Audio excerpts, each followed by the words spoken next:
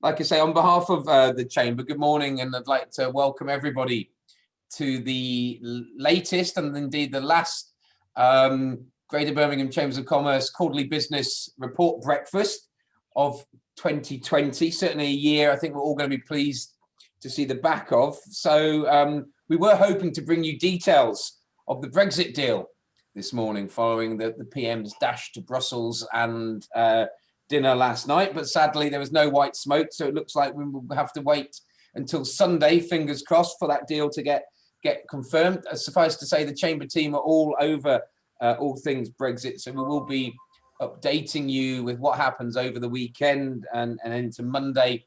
And if you are sort of concerned, you're worried, you want to know how do I sort of plan or prepare, then there is an awful lot of great resource on the Chamber website in our Brexit section, which will help you. Got some Brexit checklists there, which is a great starting point if you've not already seen them. I'm sure my colleagues will drop links into the chat.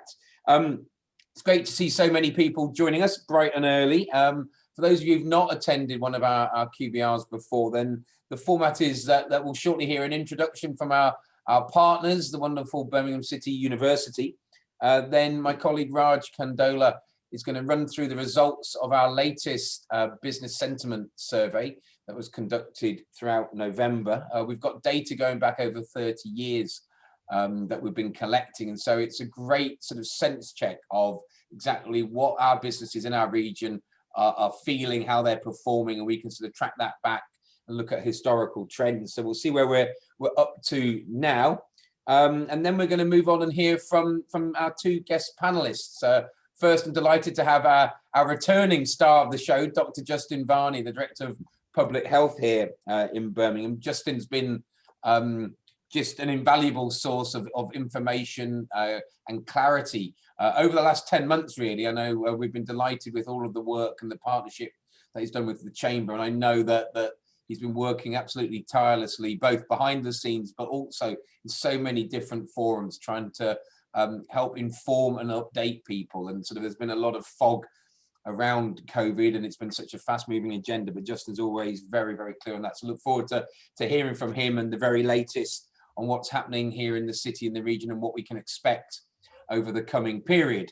And then what we'll do is, if you've got questions for Justin, please do drop them into the Q&A box or the chat. We'll endeavour to get through as many of those as we possibly can, right up to about 8:45. And then we're going to move on to our second guest panelist, who's Warwick Wakefield, who's the Customer Experience Director at Flexeserves, our newest Chamber patron, and part of a business who've been experiencing phenomenal growth in 2020 through the sort of the innovative approach that they've taken to their business, and also some real successes in overseas markets. So it's been a hell of a year for them in 2020, bucking a lot of general sort of trends. But we're going to hear from Warwick about how they've done it and some of their exciting plans for 2021. So, and I promise you that we will be done by 9:15, so everyone can zoom off to their next meeting. Christmas only just over 2 weeks away now, so I hope everyone's been out getting your presents, supporting our local retailers if we can, please. Really, really important right now. But I think, as we all know, there is an awful lot going on right now. We've already mentioned Brexit. From a Chamber perspective, we're continuing to provide a whole glut of support around COVID. We've got our support summary grid, which will give you that one-stop shop for all of the various different grants and options and loans that you may be able to get, and what does it mean in a simple and easy guide. We've been lobbying intensely, including recently our Back Our Businesses campaign, to see if we can get some of that £2 billion, or all of the £2 billion that the supermarkets have promised to return to Treasury, back out to those businesses who desperately need it right now. And moving on from COVID, we've also today are launching our Growth Through People campaign, which will take place in March 2021, and it's all going to be focused about how improving your leadership and your people management can drive productivity in your business and help to fuel the recovery and a successful 2021 and beyond. And so my colleagues will be dropping information on all of those into the chat box. Please do take a look after we've finished today, of course. And if you want to find out more, then please reach out to any of my colleagues at the Chamber or myself, indeed. So lots to cover. What I'm going to do just to start things off is hand over to Joe Birch. Joe is the Director of Innovation, Enterprise, Employability and Business Engagement at BCU. Has the largest business card in the world, I think, to fit all of that on. But Joe, as you know, the partnership between the Chamber and BCU is absolutely fantastic. And thank you, as always, for your support of the Chamber in general and also our QBR work. But Joe, over to you for an introduction. Thank you, Paul. And it's just great to be here as BCU. What a year it's been. And it's really wonderful to welcome and collaborate with you as part of the QBR. And we continue to be really proud to be associated. I was reflecting on the highs and lows of the year. I'm doing a keynote later. And just thinking about what all of us have been doing. If you remember this time last year, it was all about Brexit. This year it's still about Brexit, but a huge serving of COVID and a possible economic recession on top. Paul's talked about the Growth Through People campaign, which I believe is a great programme. And here at BCU, we're very much mindful of the impact that all of this activity is having on young people. 34% of young people in our region are furloughed at the moment, and that equates to 840,000 young people, or as I like to think of, potential talent. We believe that this resource could be put to good use to lead us out of economic recession, and we're doing what we can to look at the grants that might allow this to happen to work across the region. But we do need your support. We're working with all the higher education institutions in our area, but we know it has to be a partnership with employers. We're also mindful of the impact on our key sectors like manufacturing and the substantial impact that these events are having on exports and on business in general. And I think Raj is going to show this later. And you've taken a huge hit. We're building on our digital knowledge base and infrastructure, reviewing how technology can support sector growth, trying to open up international markets and facilitate new product development. And it's great to see strategic investment in this space and a range of businesses adapting to take advantage of the opportunities that this can create. I continue to believe collaboration is the central ingredient. I know I mention it every time, but I think it's going to get us through, whether it be online collaborative events like today's or new ways to support innovation. The STEAM team who work with me have produced this new box, which allows you to innovate on the kitchen table. If we communicate and support one another, we can make sure that we're doing our bit to ensure we move forward. We're committed to working with the Chamber to see how we can contribute to progress. And I look forward to hearing from today's speakers to learn more about the current issues and to understand how we can all play our role in our economic future. And I really hope you enjoyed the session. Over to you, Raj. Thanks, Joe. And with that, we will bring in Raj Kandola from the Chamber Policy Team to run us through the latest results. Raj, floor is yours. Thanks, Paul. Good morning, everyone. For those of you not familiar with the quarterly business report, I'll quickly provide some background before going into the results. So the quarterly business report is set by the British Chambers of Commerce. As Paul said, it's been around for 31 years. We've had the digital data set going back to 1997. And our survey covers 6 geographical areas. That's Birmingham, Burton Chase, Lichfield, Tamworth, Solihull and Sutton. Now, as Paul said, the survey took place between the 2nd November and the 23rd November. At the start of that period, you will recall that Britain entered a national lockdown for a second time. And at the end of that period, we were informed that it was very likely that Birmingham and the Black Country were going to Tier 3 once the national lockdown was over, which has obviously subsequently happened. We received 384 responses this quarter, and what we do is we go out to businesses and ask a set of questions around domestic demand, export demand, recruitment intentions, but also any concerns that businesses might be facing.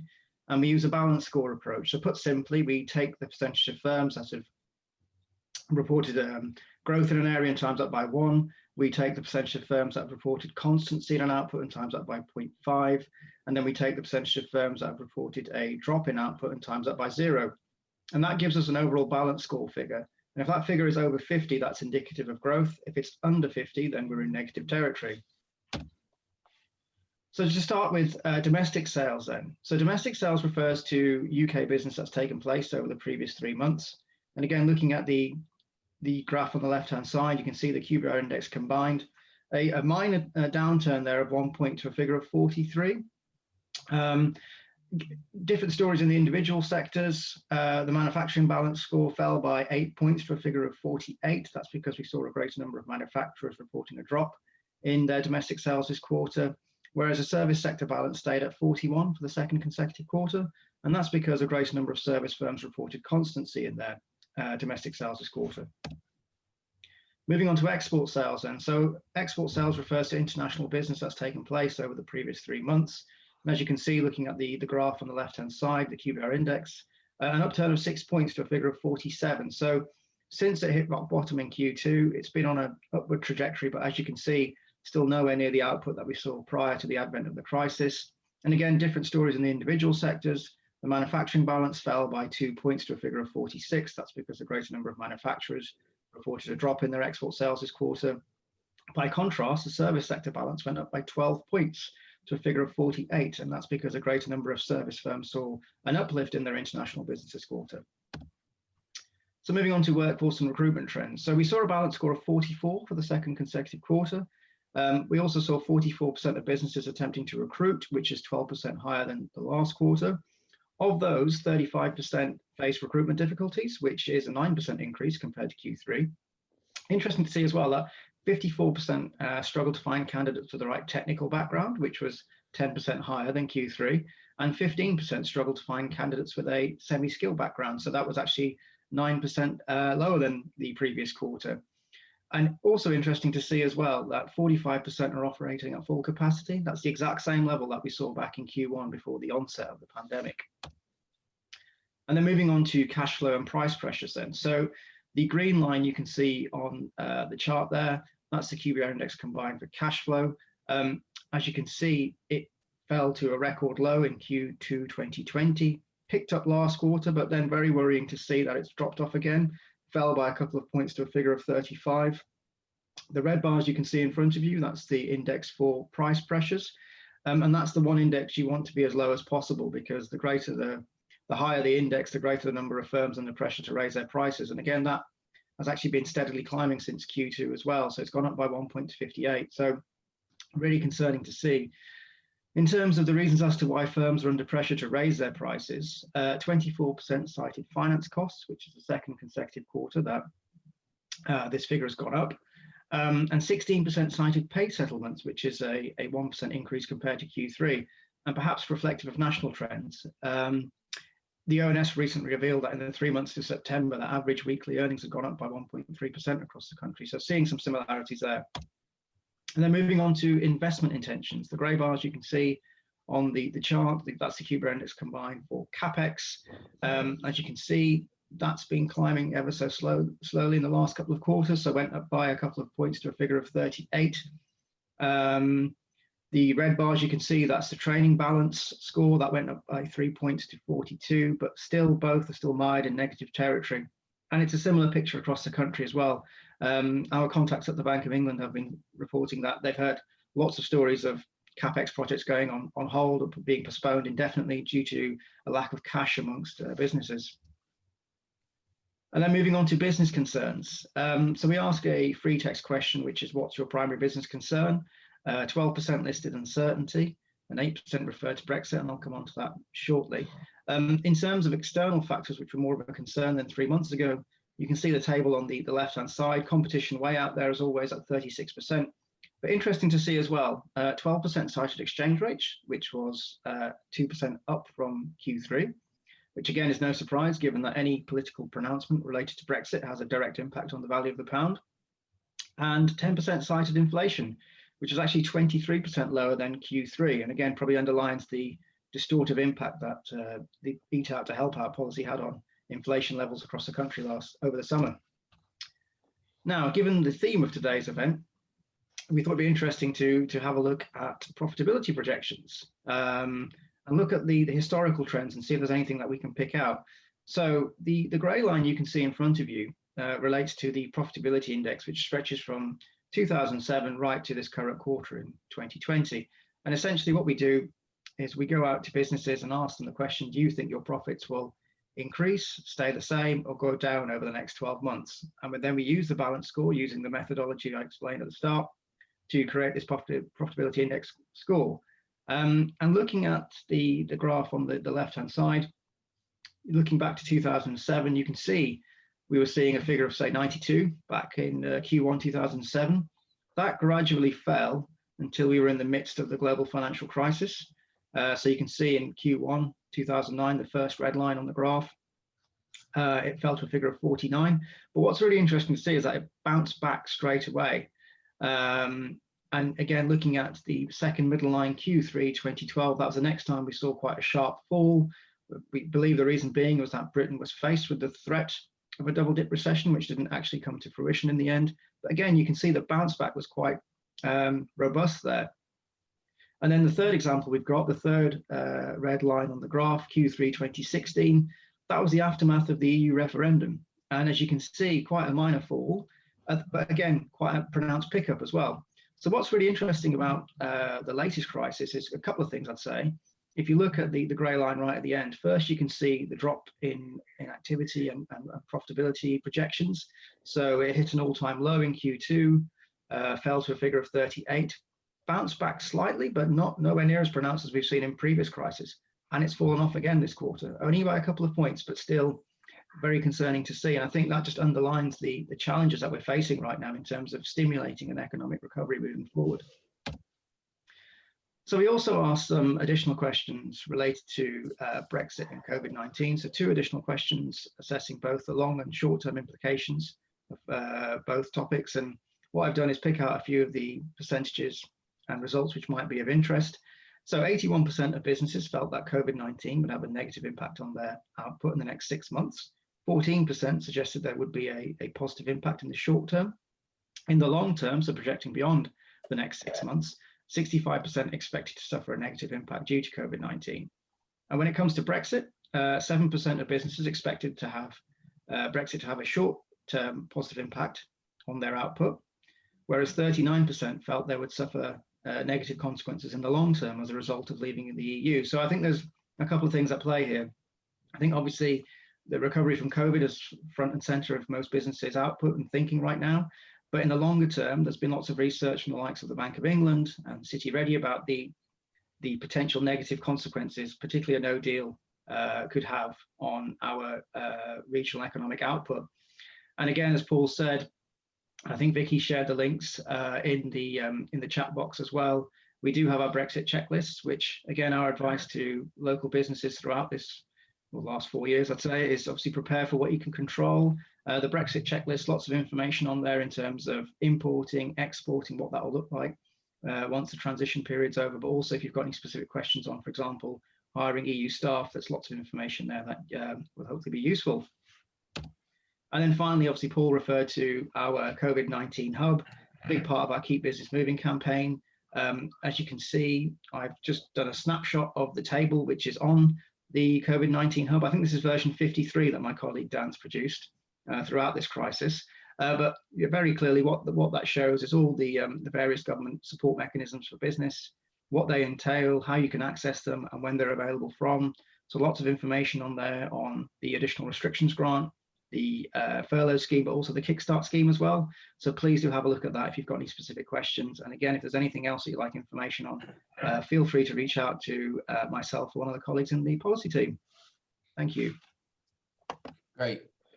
Thank you, Raj, for walking us through that. And once towards the end of the session, if you have got questions for Raj on the QBR, then please do add them into the Q&A and we will answer those before we finish today. But there is an awful lot of support out there. So please do use it and please do share it with colleagues, because the more prepared businesses can be, the more prepared we are for all that's coming, knowing that it's difficult to do that in many cases, but the better we're going to do fundamentally. I think the summary there reinforces the point that the recovery that we were feeling in the summer certainly has stalled as the second wave has hit and the tier restrictions and then the second lockdown, of course, were imposed. And from our perspective, really reinforces the point that we definitely still need more support for those businesses who really cannot trade right now. The levels of support furlough scheme have been unprecedented, but that's not to say that more isn't needed. We know that the vaccines give us hope, but it's clear from all that we've been sort of picking up, and I know Justin's going to elaborate on this, that the real impact of the vaccines will not be felt until the spring, summer, so into 2021. So there's hope on the horizon, but at the same time, short term, it's going to be very, very challenging for businesses. So yeah, we've got to make sure that we sort of steel ourselves and do what we need to do to try to drive infection rates down and ensure that businesses are still here when we do hit that recovery. Right, enough from me. I'm now going to hand over to Dr. Justin Varney. As I mentioned earlier, he's the Director of Public Health here at Birmingham City Council. And Justin, over to you. I've got a lot to cover. Please do get your questions in the chat, and after Justin's finishes update, we'll try to run through as many of those as possible. Great, thanks, Paul, and hi, everyone. So what I'll do today is I'll give you a short summary of where we are on the data. I'll talk a little bit about the testing update, a bit about the vaccine, and where I think we're going next. So first of all, the data position at the moment. So for Birmingham, where case rate now is running about 190 cases per 100,000. I think what is concerning at the moment is over the last 3 to 4 days, we've seen the rate of decline really slow down in the city. So previously we came out of national lockdown, case rates were coming down really quite quickly. We were dropping about 100 new cases a day. We're now dropping about 10 new cases a day. So you can really see that started to slow down. And the big question is, will we continue to go down, or will it just stall and stagnate? And I think that's the big concern at both national and at a local level. What we're seeing in terms of the pattern of cases is that the highest case rate is in our 30 to 44-year-old age group. And we have seen an increasing number of clusters of cases in workplaces. And what is really positive, though, is we're seeing workplaces reach out the moment they've got 1 or 2 cases and say, help, what do I do? And that means we're not seeing massive spread in workplaces, even in very large workplaces, actually. The numbers are staying really quite contained and controlled. And that's all the hard work that you guys are doing out there to reach out for help and to stay on top of the spread and keep it under control, which is, I think, really, really important. So, I mean, that 30 to 44 age group has remained the highest for quite a long time. What's really good is we're seeing the case rates in our over 65s coming down. And that's important because it relates closely to the hospitalizations. So the people going into hospital. What we've seen over the last 2 to 3 months is that although people are still getting just as sick as they were before from COVID, when they go into hospital, we're better at managing it, and therefore they're surviving longer and fewer of them are dying.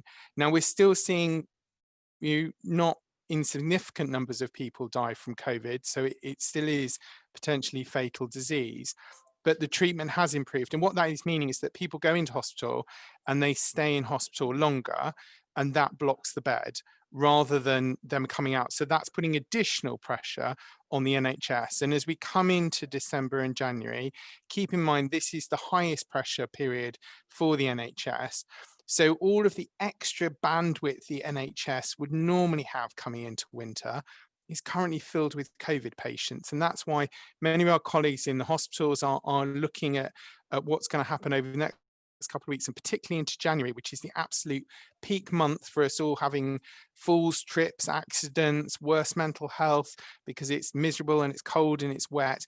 All of that puts big pressure on the NHS. And all of the slack that we would normally have coming into this period, everything that we worked really hard on over the year to mean that we have got spare beds, that staff are well rested, all of that's gone because of COVID. So, it is really quite difficult and tight at the moment. And that's why I think we're unlikely to see any great shifts in restrictions in the short term. We obviously have the Christmas bubble coming up. That period of a couple of days over Christmas when one household can form a bubble with 2 other households. Once those 3 households are locked in, You can't bubble with anyone else, so choose your 2 households carefully because you're stuck with them for the whole of Christmas. And that will undoubtedly lead to some rises in cases.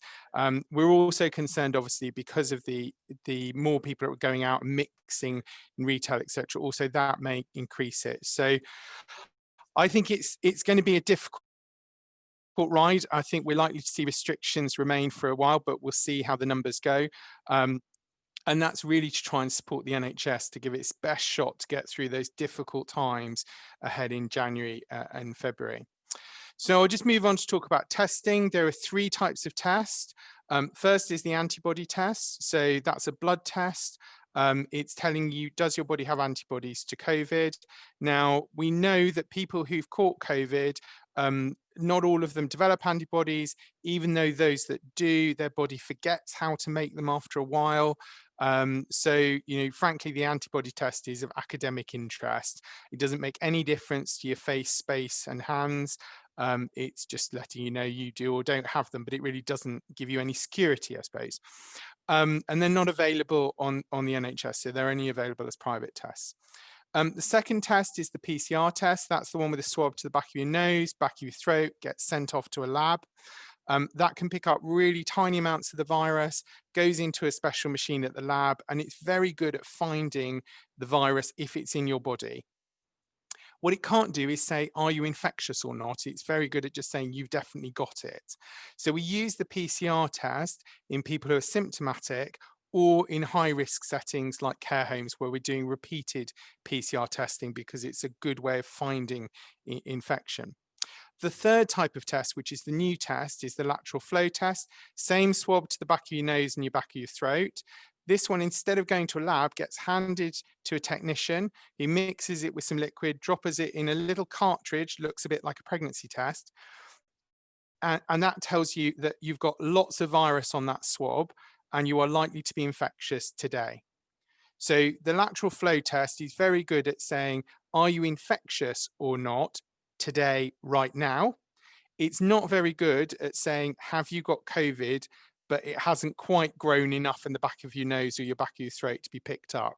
So lateral flow, very good at kind of saying, are you infectious? Because it needs a lot of the virus on that stick to be able to find in that little plastic kit. There's no fancy machine kind of hunting down the bits of virus like there is as the PCR.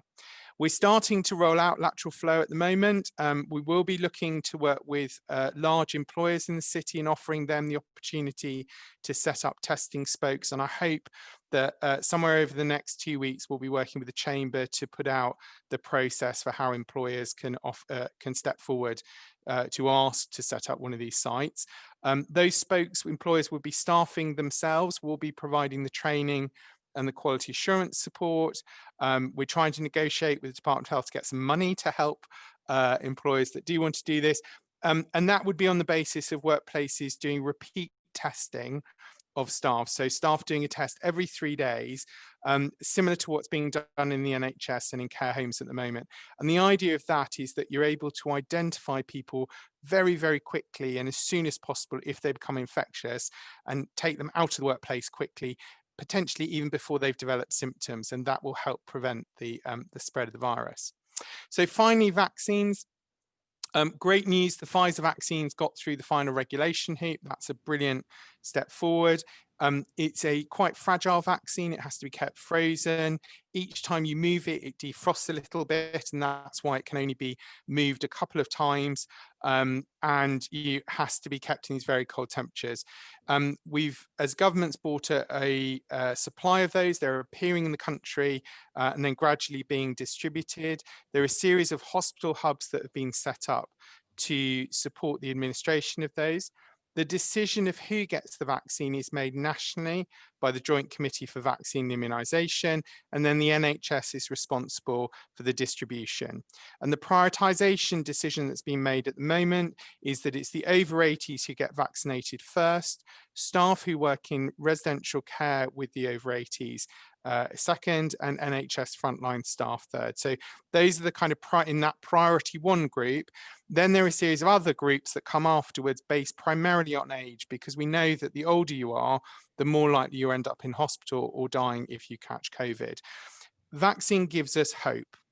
And as Paul alluded to, it is coming, but it's not going to be here tomorrow. So it's really important from a business perspective, I think, to keep in mind that it's unlikely that we will have vaccinated enough of the most vulnerable people for things to return more to normal until well into the late spring, because each of those vulnerable people need 2 jabs and they've got to be a month apart. So even with the Herculean effort the NHS putting in, I would not anticipate us getting to that level of coverage until probably after Easter. And then we will probably start to see, as also the AstraZeneca vaccine rolls out, which is more stable, etc., things get easier and more relaxed over the summer as more of the population get vaccinated, but particularly more of the most vulnerable population get vaccinated. So we can see an end in sight, but I'm afraid it's not going to come before the new year, and we've still got probably another 6 months of these difficult times ahead. Thank you, Justin. That's, as always, a really sort of concise yet sort of detail-packed summary there, and bringing us up to speed with the latest view. If you've got questions, then please do pop them in the chat, and we will get through them. I'm going to, so one that I wanted to ask, and I think it's mirrored by Anne in the chat there. You said it's unlikely that we're going to see any shift or great shift in restrictions coming up. From a Birmingham point of view, we're in tier 3 right now. There's this review which is taking place next week, going to be announced on the 16th, and we obviously can't preempt that, get it, but sort of and you've heard me sort of say before, from a business point of view, there's nothing worse than false hope. And for those in all sorts of different sectors, particularly hospitality, where the tiering is very, very real. The idea that hey, tier 2 would be transformational from tier 3, but as best as you can say, we're not going to move from tier 3 to tier 2 next week, are we? Here in Birmingham is my sort of reading of the situation. Yeah, I think it's very unlikely to see Birmingham, the Black Country, moving. If you look at the numbers, we're coming down, but that rate of descent has slowed. Our hospitals are under pressure. They're coping. I mean, I just want to reinforce, the NHS is still open. Our NHS colleagues are doing a fantastic job managing the situation, but we are entering the highest pressure point for the NHS. And I think from the chief medical officer and down across the government, there is this concern, if you take off the brakes now, knowing that the Christmas bubble and that small relaxation will increase cases in early January, that the system just won't cope. So I would be very surprised if government took the decision to de-escalate. I think it's a slightly different picture for the south of the region, Coventry, Warwickshire and Solihull. They're in a slightly different position. They've come down much faster, but again, the numbers are being looked at daily, and the government will be pulling the numbers on Monday to make the decision over next week. So I would say, if you're, from business point of view, keep an eye on what's happening on the government data website over the weekend. Are those numbers coming down fast, or have they slowed? If it's slowed, then that's looking unlikely. The decisions, as I understand it, are being made on a authority by authority basis, but in the context of the region. That's government decision. So and that ultimately is what will happen over next week. But my hunch is that we will stay in tier 3 until the new year, and then we may see some more flexibility. I also think some of the other large economic hubs across the country that are currently in tier 2 may well be joining us, if you look at where the numbers are going. There's been lots to talk about London, hasn't there, and where that's going to go. And I know there's a couple of comments here. It's not your area, but a lot of people who work in Birmingham will live in Solihull or vice versa. And Kevin and Steve both sort of said, any idea on Solihull? You sort of alluded to it there, but I guess sort of Stratford is maybe far enough away to be looked at slightly differently than Solihull, which is sort of part of the urban sprawl here, I would have thought. Yeah, and I think, Solihull's in that difficult position in the sense that because on one side it's got Coventry, on the other side of Birmingham, so two large metropolitan bases, and people flow in both directions. And if you look at Solihull data, it is fluctuating a little bit. So they're obviously talking directly with government, as we are, and it's all part of those negotiations. I think, and I'm very sensitive to the realities, particularly in hospitality, of the lead-in times to opening, closing, and ordering stock and all of those things. And I suppose I do err on the side of pessimism. I'd rather be pleasantly surprised than give you false hope. And I think it would be false hope to say, yes, we're going to see large parts of the region coming out of tier 3 next week. I think it's much more hopeful for the end of January.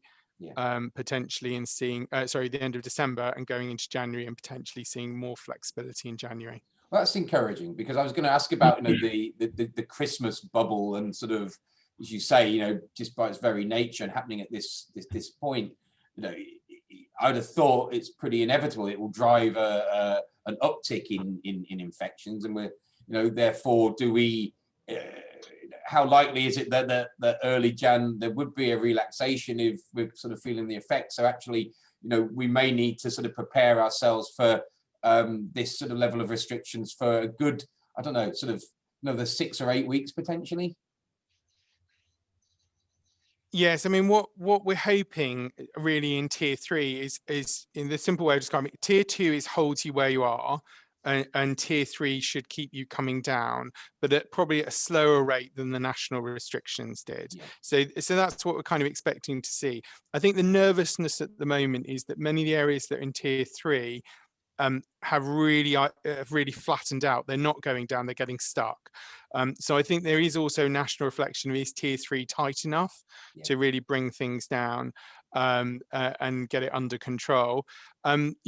One of the things we've been pushing very hard on is getting people to understand what the Christmas bubble means.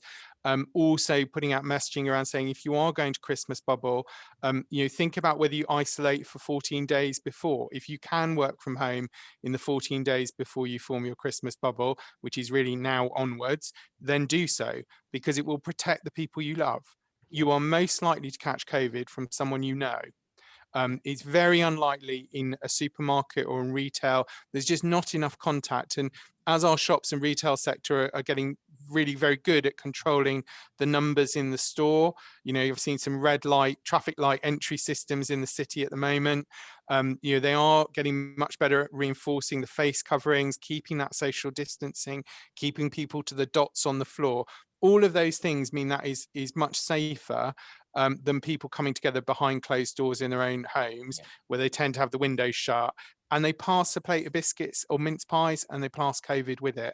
And that is the risk, that we will get that uptick and all the good work gets undone. So that's why, we really do have to sort of keep our guard up and be really, really careful. And just to clarify for the audience as well, that whatever the decision, if there is any movement announced on the 16th, we believe it will take effect from the 19th of December.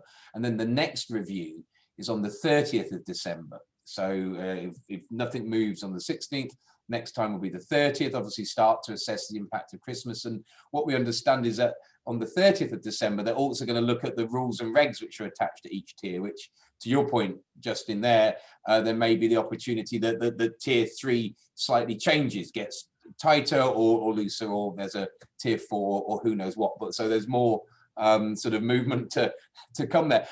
There's a question from Tracy Stevenson here, who works in the hospitality industry at Staying Cool in the city centre, and said she's been struggling to understand why 2 people from the same household can go into a busy shop but cannot check into a hotel room on their own. Would you support the reopening of hotels to leisure guests in tier 3? Or what's your view on that? Yeah, I have to say that the hotel one, I haven't seen the evidence about why they made that decision. And, and you sit it alongside quite a lot of the other things that were made, they made decisions on. I think one of the anxieties is that, I think 2 things. They look, in order to make the regulations, what they do is they look at the international evidence as well as the UK evidence. And we've seen that, I think, where they've explained kind of how they got to hospitality is that, small number of clusters in the UK, but very strong evidence internationally, and therefore you bring those together. And I think it's a similar thing in the context of hospitality, in terms of hotels, is where there have been outbreaks in accommodation, they have spread, and they've been a small number of those. So I think that's how they came to that restriction. I think whether they might review that at the end of the month when they do the kind of guidelines, I think it's certainly up for review.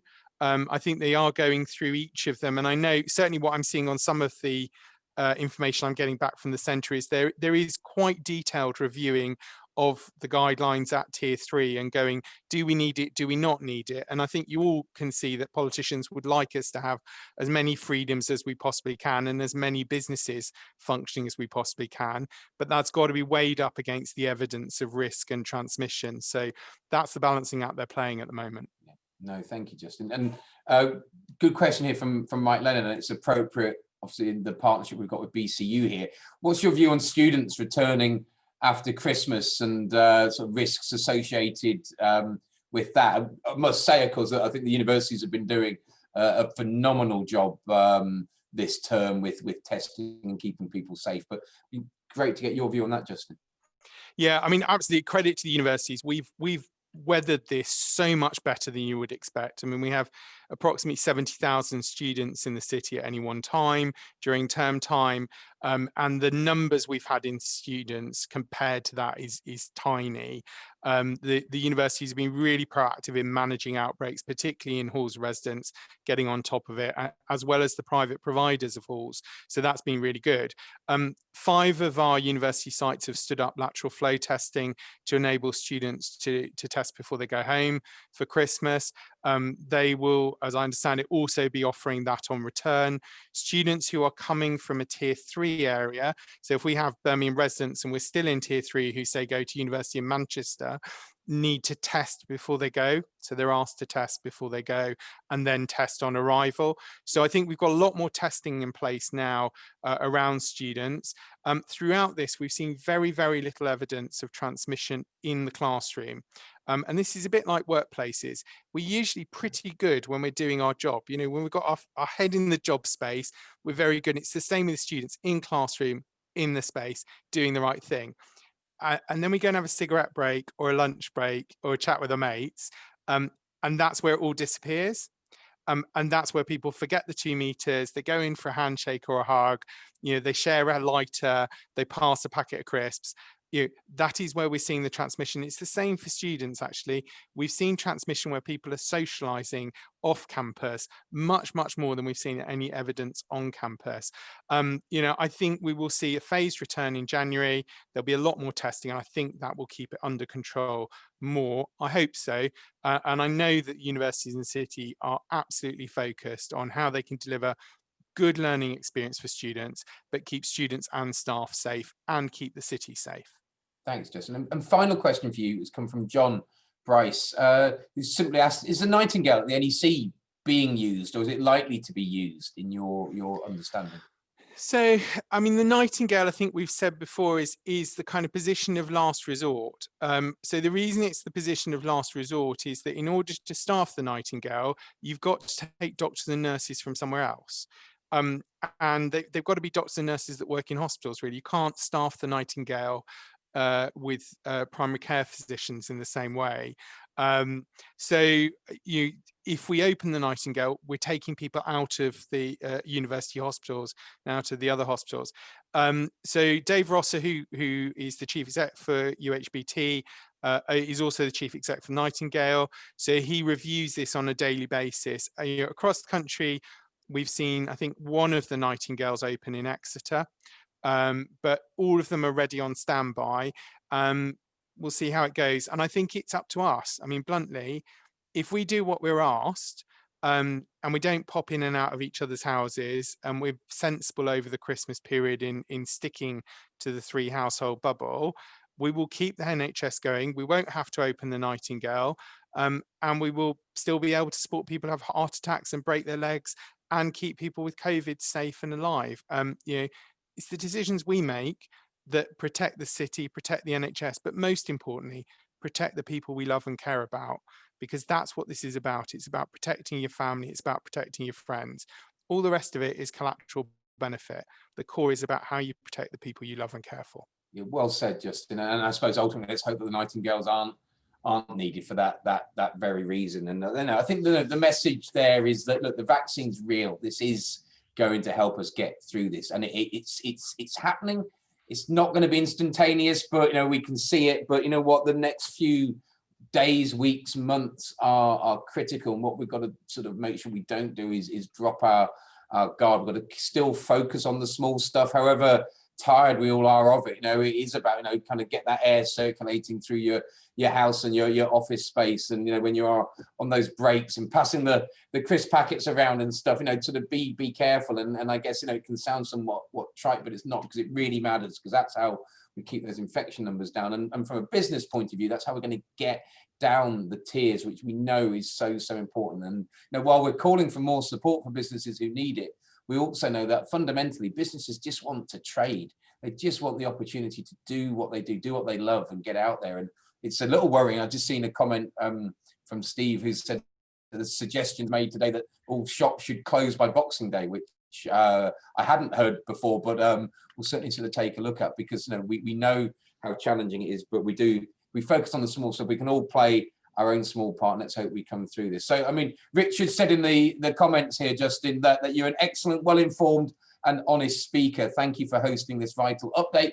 And I couldn't really say it better myself. So thank you once again for all that you've updated us on today, and all that you're doing in general. And we'll continue, as you know, to work really, really closely with you and the council team, and getting key messages out.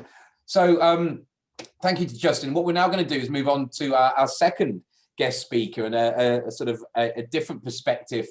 And I introduced Warwick at the start. Warwick Wakefield's the Customer Experience Director at Flexeserve, who are one of our patrons here at the Chamber. It's a brilliant business who've been long established, but innovating and evolving and having great success in recent times, and certainly I know are looking forward to 2021 with great optimism. So to share the story, tell us a little bit about what they've been doing and what they plan to do, I'm going to introduce Warwick. And as before, please do pop your questions in the Q&A and chat. So Warwick, over to you. Thanks very much, Paul, and good morning everyone. And thank you very much, firstly, actually, to the Chamber for inviting us to speak today. It's really a great opportunity for us to get in front of the rest of the Chamber community, so we really appreciate that. I thought today I'd just do a little bit of an introduction to Flexeserve, for those of you that aren't aware of us, maybe talk a little bit about our history and where we've come from, and then just a few reflections on this year, which has obviously been very challenging, and some of the steps that we're taking to ensure that next year hopefully is a positive one. And as Paul alluded to, we've been very fortunate this year that we have remained positive. We've traded well through the pandemic, despite some challenges in the UK, and we're obviously hoping that will continue. So Raj, if you can just move to the next slide for me, I'll start the introduction. So Flexeserve is a brand of the Allen Nuttall Partnership, formerly Nuttall's. And Nuttall's is a 55-year-old business, has a fantastic history in the Greater Birmingham area, and has always been a specialist in food service equipment. We're based, our site, the Flexeserve, is based in Hinckley in Leicestershire, and we really we specialise in flexible hot food solutions, where we have a great food service innovation centre where we can offer our customers a fantastic service. We also do some complementary products, and we do some project management and design and installation. But generally, overall, we specialise in hot food display equipment, so like the customers that you see on the screen now. Next slide, please, Raj. I'm going to just talk a little bit about the history of hot holding, because we refer to ourselves as the pioneers of hot food to go. So I thought I'd better explain that a little bit first. In 1997, our technical director, Mick Steele, invented the world's first unit that used hot air to hold hot food products. Historically, all of the units would use a heated shelf or a hot lamp. We basically took the sort of technology of a refrigerated unit that blows cold air and just blew hot air instead.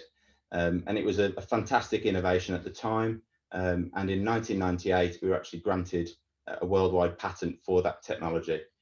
And then between 1998 and sort of early 2000s, mid 2000s, we really dominated the market and took hold of some really good traction in the UK and built up a fantastic reputation for hot food.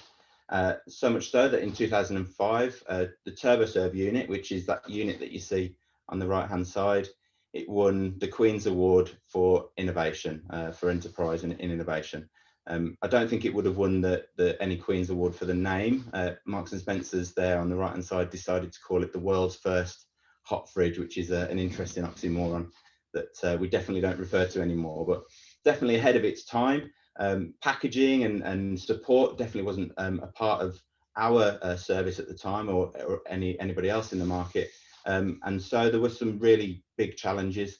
And also our competitors started to look very closely at what we were doing because we were doing things very differently. So we got a lot of traction and a lot of eyes on us at the time. Raj, you can go to the next slide, please. So in 2012, we were approached by a particular customer of ours who were taking one of our competitors' units at the time, had some very, very big challenges with that piece of equipment. And they came to us and said, we want to be able to serve a more diverse product range. We need more flexibility in our equipment. We need better capacity. We need improved energy efficiency. But ultimately, food quality was at the core of what they were trying to do. In order to not be the traditional hot food operator, which was what we call brown food, so pasties, sausage rolls, those kinds of things, they wanted to be able to take it to the next level. They needed an entirely new piece of equipment. So we went back to the drawing board from the TurboServe days and reevaluated what we were doing. And Raj, if you go to the next slide, we came up with our solution, which was the Flexeserves Zone. So this is our flagship product. It was designed in 2012 and launched in 2013. The first people to take it were Pret a Manger. They obviously, as I mentioned, were taking one of our competitors' pieces of equipment. They put it into their first store, and after a week, they came back to us and said, "This is fantastic. We need to be able to roll this out. How quickly can we get 10 more put out into our stores?" We'd only ever made 2 of the units, one of which was in our lab, and the other one was in the store. So we very quickly had to figure out a way of making that piece of equipment at scale and be able to deliver what they wanted to do. But a fantastic grounding and a really good customer to start off our journey with this brand new product. Next slide, please, Raj. So a little bit of an explanation about the technology. So it's a convection technology that doesn't rely on contact heat, and heat is continually circulated throughout the entire volume of each individual zone. Every zone is individually controllable, so you can set it at different temperatures. You can switch zones on or off. It's extremely energy efficient, but most importantly, the focus on the development and the design of this piece of equipment was all around food quality being maintained and also at the right and appropriate temperature for each product. Next slide, please. So in 2014, our now chief executive, who was sales director at the time, he decided that we could no longer just offer a piece of equipment like the rest of the market does. Everybody else would just deliver a piece of equipment onto somebody's doorstep and let them get onto it. What he wanted to do was become the expert in hot food solutions. So he decided then to make a big investment into building a food service innovation center where our customers can come, experiment, try the product out for the first time. They can test their food. They can see what the possibilities of the equipment can achieve with the use of our development kitchen. So a big investment in space and also investment in people. So I was one of the chefs that was lucky enough to be employed first within the business, and Jamie, our chief exec, set me a challenge of hot holding a bacon sandwich. That was his first challenge, which we overcame very quickly. But we needed to understand what packaging was key and what you needed to do in terms of product development and menu development to be able to allow for extended hold time and achieve this great quality that customers wanted, and to help us stand out from the rest of the market. And in 2015, we started to provide testing and validation. We have fantastic facility here, unlike any of our competitors, where we can test and evaluate individual products and how they perform in hot holding situations, so that our customers can learn from that, and when they land a new concept into store, it is a success from day one. And in 2016, we invested again very heavily in the world's first and currently only environmental test chamber for testing hot food equipment. It's hard to imagine that you can release a hot food unit into the market without having any testing, but our technical director believes that isn't right. So he developed this environmental test chamber to be able to set a standard for hot food equipment, to make sure that we ourselves are delivering the best possible piece of equipment, but also that our competitors do as well. So that's our Flexeserves solution on the right hand side as well. That's how all of those things come together. So product, packaging, cook method, our technology, and the in-store service element that we provide. If you can move on to the next slide, Raj.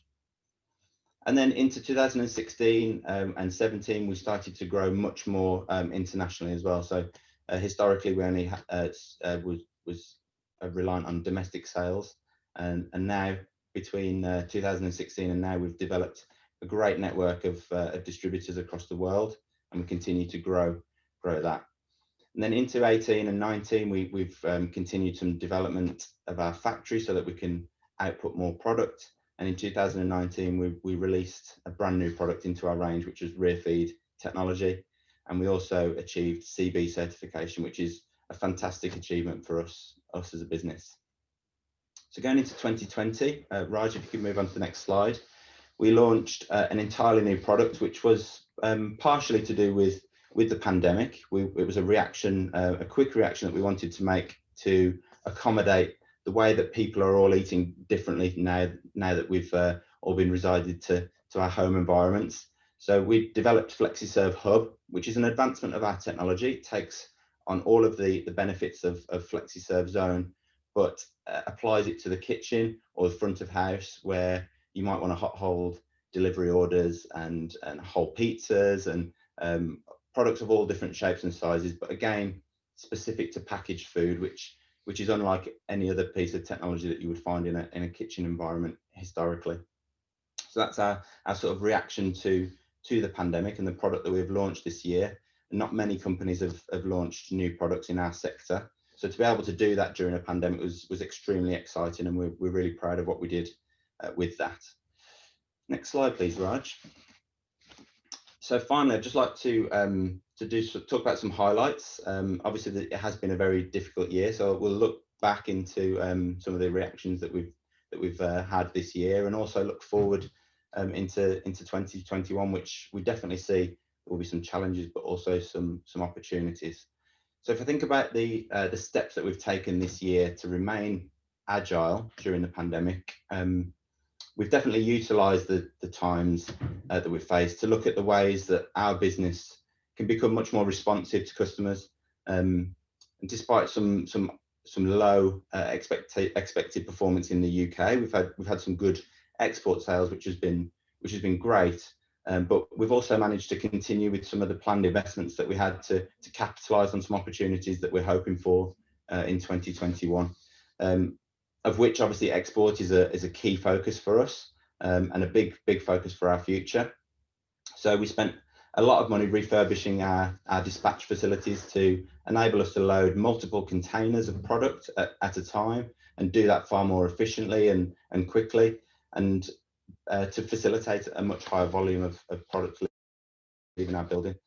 We also installed a state-of-the-art loading bay doors as part of this project, which again is linked to our long-term green initiative, which we're very dedicated to, and we didn't want that to slow down during the pandemic. We didn't want to forget about the future and our green initiative that we've been thinking about for some years now. But in order to be able to dispatch more product, we obviously needed to manufacture more equipment as well. So in 2018, we started some development works of our factory, but this year during lockdown 1, we actually started planning a major change to our shop floor, which is going to be a big transformation for the way that product flows through our building. And work is due to be completed by the end of Q1 in 21. But what I would say is that the planning stage of this process really helped us to become much more lean for our existing orders. So we were able to react much better for our customers' demands as well. And obviously, as part of the pandemic, we've had to deal with split shifts and social distancing. And because of those steps that we took with that planning process, we've been able to react really well with our customers. From a marketing perspective this year, during the height of the pandemic, we actually reacted to the needs of our customers by communicating the unique way that we can support them, and not just about the equipment that we sell, which is what a lot of our competitors do. So we really tried to bring our head above the pit and make people more aware of us during a time that probably our competitors were reducing their amount of marketing effort. What this did, this growth in marketing actually enabled us to build some existing relationships that we've got with our customers, as well as attracting new business, obviously. And we probably wouldn't have gained that new business if it wasn't for this change and this big shift in marketing effort. So that was really a big part of our strategy, and one thing that we were really keen to focus on. And there were actually some businesses that we've had great commercial relationships with for quite some time that didn't know the way that we could support them. So being able to make that change in marketing activity helped us to sell more product to them this year, which we definitely weren't planning for since March. So that was a really great positive, and also helped us to gain a little bit more traction and increase sales with customers that we probably would have never spoken to before. So that was really, really important to us. Another thing that I think is really important to us is our company values, which we've spent some serious time on this year. Actually, whilst we've had a little bit of downtime with UK customers, as a senior leadership team, we've spent time thinking about what our vision and values are. And as part of that set of values, because we really care about our partners and their welfare, we've actually started a complete refurbishment of their breakout area, where we're creating a very high spec cafe style environment for everybody to enjoy together, because historically they were all locked away in a little canteen for their lunch break, and there wasn't as much collaboration between our partners. So now we feel like we can bring everybody together in this beautiful space that we've developed, which is an investment in our people, who have worked incredibly hard during such a challenging year, and we want to ensure that they can continue to do that next year when things will continue to be quite challenging, and we're adapting to new ways of working. If I move on to the long-term opportunities and challenges that we face in 21, obviously a huge part of what we do is face-to-face interaction with prospective customers, and we always put our technology and food at the forefront of that. And the pandemic has obviously made this almost impossible, certainly with UK customers who are unable to visit our facility, but also exhibitions which have all but cancelled pretty much. So what we've done to react to that is we've just invested in 2 entirely new virtual meeting spaces, one of which we're nicknaming the TV studio, because it's going to have recording capabilities that will enable us to deliver our Flexeserves solution and our sales presentations in an entirely new way. We'll also be able to record in-house training sessions and video blogs, communicate to our customers much better, and also record customer support snippets where we previously have never been able to publish those sorts of detail before. So that's a really exciting part of next year. We obviously see travel being a big challenge for next year, and the US being a big part of our plans for 21 is going to cause some headache with that. We've not been able to travel. So we hope to utilize the TV studio to overcome some of this as much as possible. But we're going to have to think of ways to continue our plans for opening our US office, which is again going to be a challenge, but a great opportunity for us, which we'll be jumping on. Another challenge is that the pandemic has obviously disrupted our market quite significantly. But with that comes some huge opportunities that we can capitalize on. hot food still sees great growth trends across many sectors within our industry. And we're actually beginning to see some plans of our target customers appear where they previously disregarded it. So we are in a great place to approach that very, very quickly. Consumers, so our customers, they are shifting their shopping habits massively. So we're looking at different ways that we can approach different businesses that historically we hadn't worked in, such as convenience stores and quick serve restaurants, and utilising that new technology that we've launched this year to complement our existing technology. And finally, the role that we think businesses will need to play in order to adapt to this new economic landscape. I think continuous development is extremely important. It's going to be very important to us and for most businesses in the coming years, because we're going to need to be more reactive to customers and their ever-changing needs, and being able to support them where they maybe no longer have the resource to be able to do that or make that change themselves. So we're going to be able to offer that service. We want to be on our customers' minds straight away to be able to support them where perhaps they don't have that resource anymore. I personally also believe that collaboration is extremely important, and it will continue to drive innovation. Our ethos has always been the coming together of businesses and local businesses to help to drive innovation and make change in the industry. We worked very closely with oven manufacturers and packaging suppliers to be able to offer that all-encompassing service to our customers, which means that when that concept becomes a reality in our customers' stores, they will get off to the best possible start. And I think being able to do that and adapt to that is key for 2021. And obviously working from home is now a big part of our working lives, and we at Flexeserve have definitely felt that this year. So we are trying to support our partners as best as we possibly can to be able to deliver this in a really great way and still deliver that same level of support that our customers have become used to since the pandemic. So a big challenge, but something that we are committed to and looking forward to. Warwick, that's fantastic. And thank you so much for giving us just a little taste there of all that you're doing at Flexeserve, the story, and then the approach, the attitude.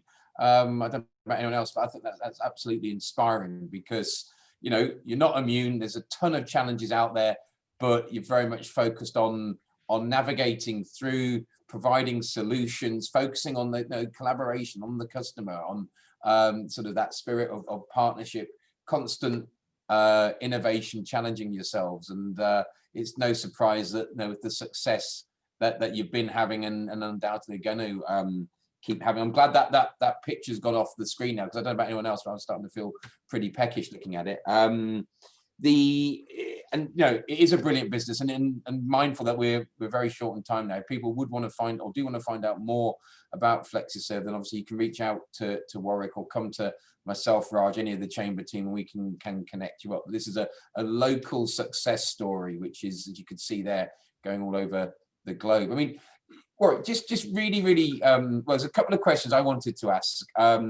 One which has come into in fact, I should ask the questions that the viewers are asking rather than my own one. But one that Tina from the Sutton Coldfield Charitable Trust has asked, and it links to a question that David posed earlier on, really, about apprenticeships. And I suppose specifically for Flexeserve, do you offer apprenticeships? And if so, what roles? And maybe just a little sort of comment from yourself, Raj, just on the sense that with recruiting still being an issue, has there been that downward impact on apprenticeships in general? But Warwick, do you want to take that first? Do you do apprenticeships at Flexeserve? Absolutely, yeah. We've got a great history of work experience and apprenticeships throughout our business.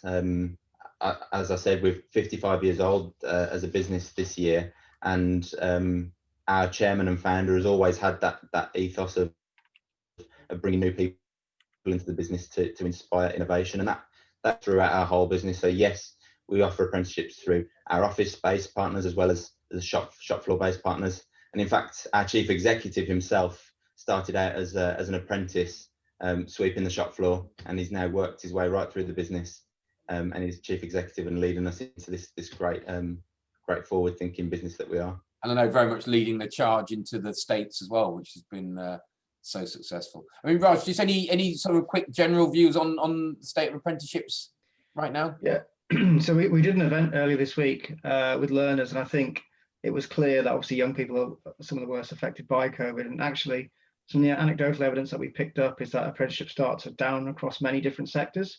So that's why it's really reassuring to see that the Chancellor's extended the additional incentive grant for apprenticeships until the end of March. But look, as a chamber, we'll continue to champion apprenticeships as a kind of key way of developing talent, because as Joe was alluding to earlier, the numbers are pretty scary when it comes to the number of redundancies facing young people, but also the lack of opportunity at this time as well. Yeah, no, thanks. And final question, Warwick. Obviously, Brexit's dominating the news right now, and you know you're trading all over the world. Say rapid expansion in many different places, particularly the US.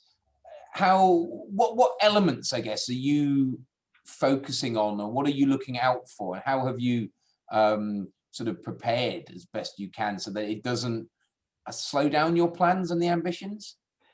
I think it's really difficult to plan with the unknown of Brexit, unfortunately. What we are doing though is we're having a real strong focus on supply chain. We're holding more stock than we've ever done in the past, which scares our financial director quite considerably. But we need to build that stock in order to be able to land next year, the beginning of next year, very successfully. So yes, it's worrying and troublesome, but we're investing in stock and parts now so that we can facilitate quickly next year. And there is definitely still a nervousness around the tax implementations and the trade deals that we might gain with different countries. And obviously the US is a big fear of that with Biden now in office and his views on Brexit. So we're planning wherever we can, and we're just really hoping that that next year we get some good trade deals with the right people.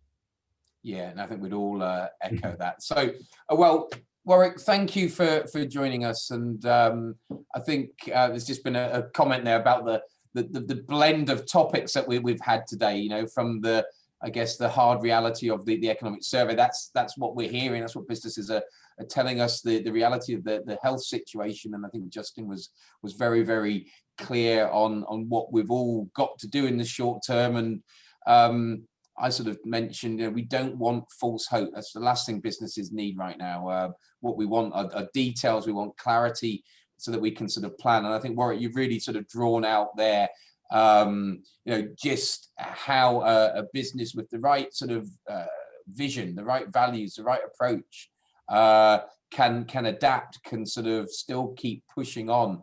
And, you know, it's just, yeah, an inspiring way to finish the session. So wanted to thank Raj, wanted to thank Dr. Justin, who's had to scoot off, wanted to thank Warwick, and last but certainly by no means least, wanted to thank BCU and Joe Birch, who we heard from right at the start as well, for your ongoing support.